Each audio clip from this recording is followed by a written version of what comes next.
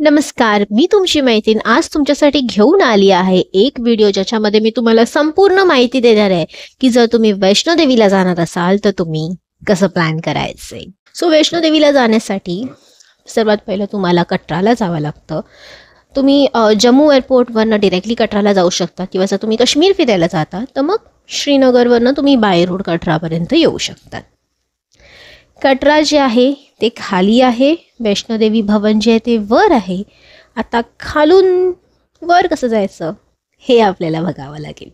So तिथे options आहेत की खाली जे आहे ते आहे कटरा, वर जे आहे ते आहे भवन। इथून इथे जायला हेलिकॉप्टरची फॅसिलिटी अवेलेबल आहे, घोडे आहेत, पालखी आहे किंवा चालत जाऊ शकतात तुम्ही। सो जेव्हा तुम्ही चालत जातात तेव्हा मग तुम्हाला अजून थोडे स्पॉट्स असतात जे मिळतात, जसे की पानगंगा झालं, अर्धकुवारी झालं। मग जर तुम्ही हेलिकॉप्टरने जाणार असाल तर मग तुम्हाला डायरेक्ट कटरापासून सांजी छतपर्यंत हेलिकॉप्टर सोडतं। सांजी छतपासून मग भवनपर्यंत तुम्हाला चालत किंवा घोडा किंवा पालखीने तुम्ही जाऊ शकता। वैष्णोदेवीला जे घोड्यांच्या आणि पालखीचे रेट्स आहेत ते फिक्स्ड आहेत। तिथे प्रीपेड काउंटर असे आहे जिथून तुम्ही घेऊन एक घोडा किंवा पालखीची तुम्ही व्यवस्था करू शकता खालून वर चढून जायला। जर तुम्ही आता हेलिकॉप्टरने जाणार असाल तर हेलिकॉप्टरच्या ज्या तिकीट्स आहेत त्या वैष्णोदेवी श्राईन बोर्डच्या साईटवरच तुम्हाला मिळतील, ऑनलाईन तिकीट्सच मिळतील। तिथे गेल्यावर फक्त तुम्हाला प्रोसेस करावी लागते। सो ऑफलाईन तिकीट तुम्हाला नाही मिळणार हेलिकॉप्टरच्या, फक्त ऑनलाईन तिकीट मिळणार आणि त्या खूप लवकर फुल होतात। सो तुम्ही जितकं ॲडव्हान्समध्ये प्लॅन कराल तितकं चांगलं असेल। म्हणजे 2 महिने 3 महिने अगोदर तरी तुम्ही ठरवा की तुम्ही या दिवशी तिथे जाणार आहात आणि त्यानुसार मग तुम्ही त्यांच्या वेबसाईटवर जाऊन हेलिकॉप्टरच्या तिकीट्स तुम्ही बघू शकता। जर तुम्हाला याच्यावरही व्हिडिओ हवी असेल की हेलिकॉप्टरची तिकीट कशी बुक करायची तर मला कमेंट्समध्ये सांगा, मी त्यासाठी तुम्हाला एक व्हिडिओ बनवून देईन। सो आता जर तुम्ही एक तुम्हाला मिळालं आहे की तुमचं 3.5चं हेलिकॉप्टर आहे तर कमीत कमी 2पर्यंत तरी तुम्हाला तिथे पोचावं लागेल, कारण तिथे पुढे फॉर्मॅलिटीज असतात त्या हेलिपॅडवर। सो जसं तुम्ही कटरा हेलिपॅडवर पोचलात तर मग सर्वात पहिलं तुम्हाला व्हेरिफिकेशन करावं लागतं की तुमच्याकडे हेलिकॉप्टरचं तिकीट आहे आणि मग ते तुम्हाला एक्नॉलेजमेंट देतात। त्याच्यानंतर येतं RFID कार्ड बनवणं। RFID कार्ड जे असतं ते तुम्हाला यात्रा पर्ची थ्रू मिळतं। यात्रा पर्ची परत तुम्ही त्यांच्या ऑनलाईन वेबसाईटवर बनवू शकता, जेणेकरून तिथे तुमचा टाईम सेव्ह होईल आणि तुम्हाला डिरेक्टली ते कार्ड देतील त्या यात्रा पर्चीवरनं। नाहीतर तुम्हाला परत यात्रा पर्चीसुद्धा तिथे जाऊन तुम्हाला बनवावी लागेल। सो ते झाल्याच्या नंतर आपण बोर्डिंग पासच्या काउंटरवर जातो।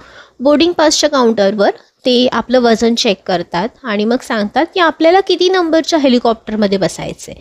म्हणजे प्रत्येक हेलिकॉप्टर एक वजनाची कॅपॅसिटी असतं, तेवढंच वजन ते घेऊन जाऊ शकतं। त्यामुळे ते माणसांना इथे तिथे ॲडजस्ट करतात, पण हेलिकॉप्टर दर 5 मिनिटांनी पोचतच असतं। सो असं नाही आहे की तुम्ही हरवाल किंवा तुमची लोकं मागे पुढे होतील। तुम्ही जेव्हा उतराल हेलिपॅडवर सांजी छतच्या तर तुम्ही तिथेच थांबून राहा जोपर्यंत तुमची उरलेली लोकं येत नाहीत। हेलिकॉप्टरमध्ये बसताना तुम्हाला मोबाईल फोन सबमिट करावा लागतो जेव्हा तुम्ही हेलिकॉप्टरमध्ये बसतात तेव्हा, आणि उतरलात हेलिकॉप्टरमधून की लगेच तुम्हाला तुमचं सामान आणि मोबाईल फोन सगळं मिळून जातं।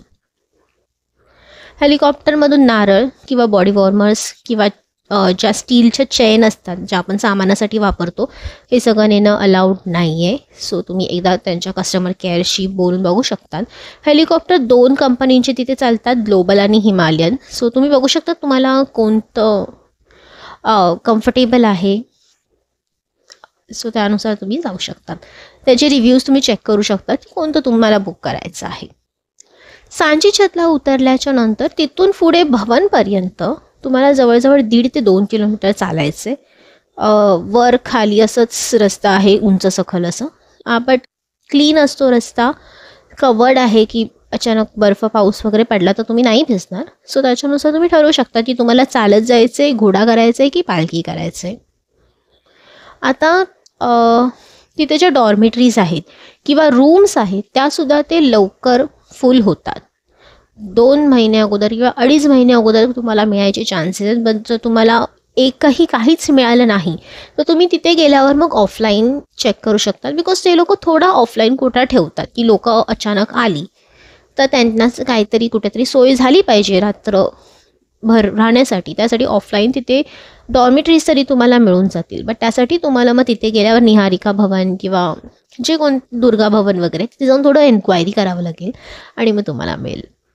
पण जर तुम्ही अटका आरती बुक करत असाल, अटका आरती जी दिवसातून 2 वेळा असते, सकाळी 6 वाजता आणि संध्याकाळी 6 वाजता 1-1.5 तासाची ती आरती असते, ती जर तुम्ही बुक करत असाल तर मग ग्रुप अटका आरती जर तुम्ही बुक केली तर मग तुम्हाला डॉर्मेटरीज त्याच्यामध्ये इन्क्लुडेड असते, त्याच्यामध्ये प्रसाद इन्क्लुडेड असतो. सो मग ते जसं तुम्ही पे कराल तर तुम्हाला डॉर्मेटरीची सोय होईल. आता ती डॉर्मेटरी कोणती असणार, बिकॉज वरती भवनच्या इथे खूप डॉर्मेटरीज आहेत, त्यातली कोणती ना कोणती एक तुम्हाला दिली जाईल. तर तुम्हाला तुमचं जी रिसिप्ट असणार अटका आरतीची त्यावर तुम्हाला reporting time and reporting place दिला जाईल. जसं माझ्या वेळी दुर्गा भवन होतं तर तिथे तुम्हाला जावं लागेल, ती रिसिप्ट दाखवावी लागेल. ते तुम्हाला सांगतील की याच्या पुढे कोणत्या डॉर्मेटरीमध्ये तुम्हाला जायचं आहे आणि मग तिथे जाऊन तुम्ही तुमचं सामान वगैरे ठेवून मग अटका आरतीला जाऊ शकता. अटका आरतीला खूप छान वाटतं. सो तुम्हाला जर शक्य असेल तर तुम्ही नक्की जावा. आणि भवनला जे आहे जर तुम्ही अटका आरती केलात तर अटका आरतीनंतर मेन दर्शन तुमचं इन्क्लुडेड असतं, की जे पहिले अटका आरतीला बसले आहेत त्यांना सोडलं जाणार वैष्णोदेवीच्या दर्शनसाठी आणि मग ते करून आल्याच्या नंतर बाकीची जी लाईन आहे जी एवढा वेळ थांबवलेली असते आरतीमध्ये त्या लाईनवाल्यांना पण नंतर सोडतात. भैरोंजीला जर तुम्हाला जायचं आहे भवनपासून परत वर तर त्याच्यासाठी परत तुमच्याकडे ऑप्शन आहेत रोपवे, चालत किंवा घोडा. रोपवे जो आहे ना तो सकाळी 8 वाजता सुरू होतो, त्याची लाईन 6-6:30ला सुद्धा सुरू होऊ शकते. तुमच्याकडे ऑनलाईन तिकीट जरी असली तरी तुम्हाला लाईन लावावी लागते रोपवेमध्ये चढण्यासाठी. आणि जर तुम्हाला ऑफलाईन तिकीट काढायची असेल तर तुम्हाला तिथे परत काउंटरवर जाऊन तिकीट काढावी लागणार. सो पॉसिबल असेल तुमच्यासाठी तर मग ऑनलाईन तिकीटच काढून जा रोपवेची सुद्धा. आणि मग सकाळी तुम्ही जाऊ शकता. म्हणजे जर वैष्णोदेवीचं दर्शन झाल्याच्या नंतर आपल्याला भैरोंजीचं दर्शन करायचं असतं. हो, भैरोंजीचं दर्शन करायचं असतं, अदरवाईज तुमची यात्रा जी आहे ती पूर्ण होत नाही. सो मग त्याच्यानुसार तुम्ही प्लॅन करू शकता तुमचा टायमिंग कसं तुमचं ॲडजस्ट होतं आहे, की वैष्णोदेवीचं दर्शन झाल्याच्यानंतर भैरोंजीचं दर्शन करायचं आहे आणि मग तुम्ही रिटर्न उतरू शकतात. आता एक प्रॉब्लेम होतो जेव्हा आपण हेलिकॉप्टरने जातो की आपल्याला अर्धकुवारीसाठी वेळ नाही मिळत. सो जर तुम्ही एक वेळ फक्त हेलिकॉप्टर केला, चढून हेलिकॉप्टरने जायचं आणि उतरून येणार असाल तर मग तुम्हाला अर्धकुवारीसाठी वेळ मिळेल. आणि जर तुम्ही पायी जाणार असाल तर मग तर तुम्हाला पॉसिबलच आहे. आता अर्धकुवारीला जे आहे ना तिथे टोकन सिस्टम असते आणि तिथे वेटिंग टाईम खूप आहे. सो जनरली लोक काय करतात की जे चढून जातात ते चढताच पहिले अर्धकुवारीला जेव्हा पोचतात तेव्हा टोकन घेऊन ठेवतात, वरती भवनवर जातात आणि मग रिटर्न येताना मग अर्धकुवारीचा तोपर्यंत त्यांचा नंबर आलेला असतो. मग तिथे अजून 1-2 तास थांबून त्यांचं अर्धकुवारीचं सुद्धा दर्शन होतं आणि मग ते खाली येतात. आता हेलिकॉप्टरने जर तुम्ही जाणार असाल तर हे होणं खूप कठीण आहे. सो तुम्ही एक वेळ हेलिकॉप्टर करा जेणेकरून मग उतरताना तुम्हाला अर्धकुवारीचं सुद्धा दर्शन मिळेल. म्हणजे टोकन घेऊ शकाल तुम्ही आणि थोडं तिथेच थांबून मग दर्शन घेऊन मग तुम्ही खाली उतरू शकाल. आता सध्याच मकर संक्रांत झाली आहे त्यामुळे वैष्णोदेवीची आणि अर्धकुवारीची जी गुफा आहे, पुराणी गुफा जी म्हणतात ती आता उघडली आहे. ती आता थोडे दिवस उघडी असणार आहे. सो जर कोणाला गुहेचं दर्शन करायचं असेल, गुहेतून जायचं असेल तर मग हीच त्यांची वेळ आहे. तुम्ही पटकन जाऊन तिथे दर्शन घेऊन येऊ शकतात. वैष्णोदेवीचं जे आहे खाली तुम्ही परत रिटर्न आलात हेलिपॅडने, कटरा हेलिपॅडने, तर तिथे जे एंट्रीलाच आहे ना म्हणजे जे पायी जातात त्यांच्या एंट्रीला पूर्ण वैष्णोदेवी कटरा मार्केट आहे. तिथे खूप गोष्टी आहेत ज्या तुम्हाला मिळतात, तर तुम्ही त्या मार्केटला नक्की व्हिजिट करा. तिथे तुम्हाला हँडीक्राफ्ट्स मिळणार, तिथे तुम्हाला प्रसाद मिळणार, तिथे तुम्हाला स्वेटर्स वगैरे असे थंडीचे कपडे मिळतील जे बजेटमध्ये पण असतं. थोडं बार्गेन करावं लागतं तिथे सुद्धा, बट ते ओव्हरऑल खूप छान मार्केट आहे. तिथे खायचे सुद्धा खूप छान छान पदार्थ आहेत. सो तिथे तुम्ही नक्की जावा जर तुमच्याकडे वेळ असेल तर. आणि वैष्णोदेवीला जर तुम्ही जाणार असाल, तुमचे हे जर पॉसिबल असेल तर मग 1-2 दिवस जम्मू फिरायला सुद्धा ठेवा, कारण जम्मूमध्ये खूप छान छान मंदिरं आहेत. यावेळी माझं तरी ते पॉसिबल नाही झालं कारण मी काश्मीर करून तिथे गेलेली, सो माझ्याकडे वेळ नव्हता. बट जर तुम्ही प्लॅन करत असाल तर असं प्लॅन करा की तुम्हाला जम्मू फिरायला सुद्धा मिळेल, बिकॉज तिथे खूप छान छान मंदिरं आहेत, भरपूर मंदिरं आहेत आणि खूप छान वाटतं, एकदम पॉझिटिव्ह वाटतं जेव्हा आपण कटराला जातो.